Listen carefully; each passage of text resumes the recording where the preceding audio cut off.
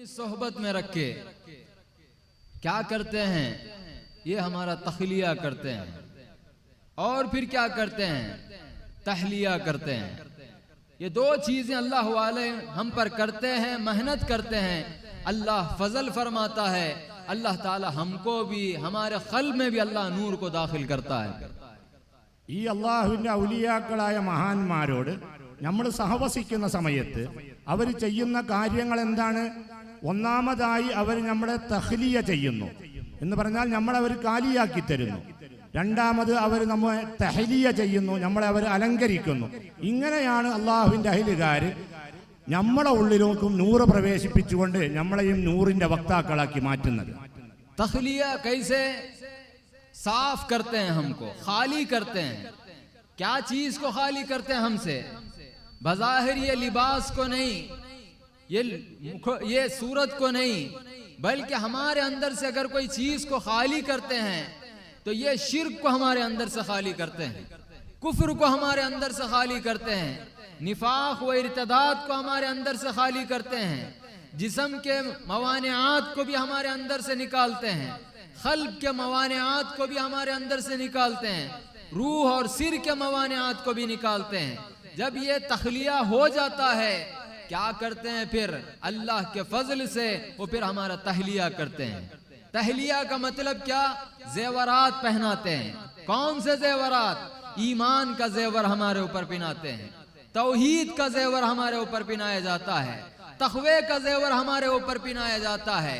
और फिर वो जेवर ऐसा जेवर होता है बंदा शिर्क और कुफ्र से निकलकर वो सालेह बन जाता है। ऐसा जेवर वो पहनाते हैं कि बंदा फिस्क और फुजूर से निकलकर अल्लाह ताला उसको सिद्दीक का मुकाम अता करता है, शहीद का मुकाम अता करता है, हत्ता के जानशीन नबी का तक जेवर वो हमको पहनाते हैं। अल्लाह ताला हम सबों को वो जेवर जिंदगी में ज़ेबतन करके इस दुनिया से जाने की तौफीक अता फरमाए। അപ്പോൾ ഈ അല്ലാഹുവിന്റെ ഔലിയാക്കൾ ആദ്യമായി അവരുടെ അടുക്കൽ വരുന്ന ആളുകളിൽ ചെയ്യുന്ന ഒന്നാമത്തെ പ്രവൃത്തി അവരെ തഹ്ലിയ ചെയ്യുക എന്നുള്ളതാണ്. തഹ്ലിയ ചെയ്യുക എന്ന് പറഞ്ഞാൽ അവരെ ശുദ്ധീകരിക്കുക, അവരെ വൃത്തിയാക്കുക. എന്താണ് നമ്മളിൽ നിന്ന് അവർ വൃത്തിയാക്കുന്നത്, എന്താണ് നമ്മളിൽ നിന്ന് അവർ കാലിയാക്കി തരുന്നത്? നമ്മളെ മുഖത്തിന്റെ കോലം മാറ്റി അത് ഇല്ലാതാക്കിയ, നമ്മളെ വസ്ത്രത്തിനെ തൊട്ട് നമ്മളെ കാലിയാക്കിയ, അതിന് നമ്മളെ കോലത്തിലോ ചേലിലോ ഉള്ള എന്തെങ്കിലും തകരാറുകളെ മാറ്റുകയല്ല ചെയ്യുന്നത്. മറിച്ച് അശുദ്ധമായി കേടായി എന്തൊക്കെയുണ്ടോ അതിനെ തൊട്ടൊക്കെ നമ്മളെ വൃത്തിയാക്കുകയും നമ്മളെ ശുദ്ധീകരിച്ചു തരികയും ചെയ്യുക എന്നുള്ള പ്രവൃത്തിയാണ് ഒന്നാമതായി അവർ ചെയ്യുക. ഏത് കാര്യത്തെയാണ് നമ്മളെ തൊട്ടവർ ഖാലിയാക്കുന്നത്, എന്താണ് നമ്മളിൽ നിന്ന് ഇല്ലായ്മ ചെയ്യുക?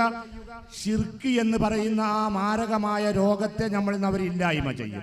കുഫ്ർ നമ്മുടെ ഉള്ളിൽ നിന്ന് ഇല്ലാതാക്കി തരും, നിഫാഖ് നമ്മുടെ ഉള്ളിൽ നിന്ന് ഇല്ലാതാക്കി തരും, ഇർത്തിദാദ് നമ്മുടെ ഉള്ളിൽ നിന്ന് ഇല്ലാതാക്കി തരും. നമ്മുടെ ശരീഅത്തിനോട് ബന്ധപ്പെട്ട മവാനികളേതോ ആ മവാനികളെ നമ്മളിൽ നിന്ന് അവർ ദൂരീകരിച്ചു തരും. തരീഖത്തിനോട് ബന്ധപ്പെട്ട മവാനികളേതോ അത് ദൂരീകരിക്കും. ഖൽബിനോടും റൂഹിനോടും സിറിനോടും ബന്ധപ്പെട്ട മവാനികളേതോ ഈ മവാനികളൊക്കെ അവർ നമ്മളിൽ നിന്ന് അകറ്റിത്തരും, ദൂരീകരിച്ചു തരും.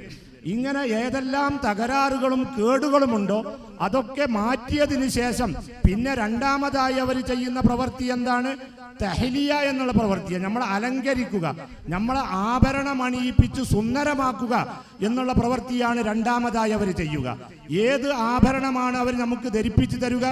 ഈമാനിന്റെ ആഭരണം അവർ നമുക്ക് ധരിപ്പിച്ചു തരും, ഇഹ്സാനിന്റെ ആഭരണം അവർ നമുക്ക് ധരിപ്പിച്ചു തരും, തഖ്വയുടെ ആഭരണം അവർ നമുക്ക് ധരിപ്പിച്ചു തരുന്നു, തൗഹീദിന്റെ ആഭരണം അവർ നമുക്ക് ധരിപ്പിച്ചു തരുന്നു.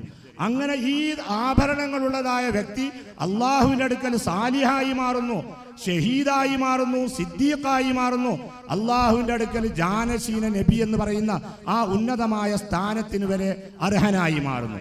ഇങ്ങനെ ഒന്നുമല്ലാതെ വെറും കുഴപ്പങ്ങളും കേടുകളും മാത്രമായി വന്ന നമ്മളെ അവർ ഇത്രമാത്രം ഉന്നതമായ ആഭരണങ്ങളെ കൊണ്ട് അലങ്കരിപ്പിച്ചുകൊണ്ട് മുന്നോട്ട് നയിക്കുന്ന ഒരു പ്രവൃത്തിയാണ് മശായിഖന്മാർ ചെയ്യുന്നത്. ആ നിലക്ക് അവർക്ക് വിധേയമായി കൊടുത്ത് ഈ അലങ്കാരങ്ങളും ഈ ആഭരണങ്ങളും അണിഞ്ഞുകൊണ്ട് അള്ളാഹുവിന്റെ അടുക്കലേക്ക് പോകാനുള്ള സൗഭാഗ്യം അള്ളാഹു തആല സാധുക്കളായ നമുക്കൊക്കെ പ്രദാനം ചെയ്യണം.